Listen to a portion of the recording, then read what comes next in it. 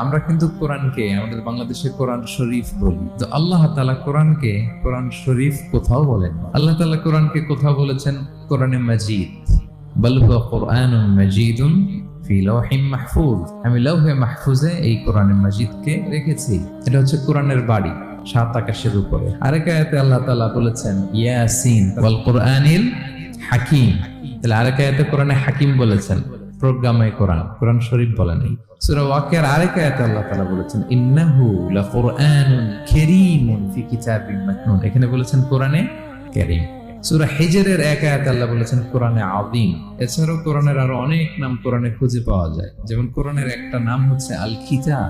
আল্লাহ তাআলা বলছেন এই কিতাব, এই কোরআনে আমি কোনো কিছু বাকি রাখি নাই, সব বলে দিয়েছি। কোরআনের আরেকটা নাম আল ফুরকান, সত্য মিথ্যার পার্থক্যকারী, the criterion between right and wrong. কোরআন পড়লে বোঝা যায় কোনটা সত্য কোনটা মিথ্যা। কোরআনের একটা নাম হচ্ছে আল জিকির।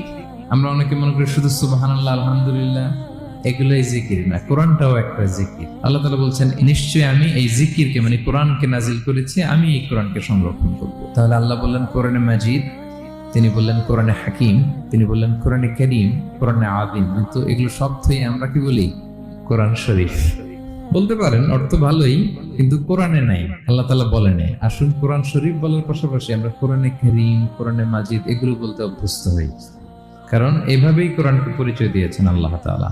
করা যাবে তো ইনশাআল্লাহ।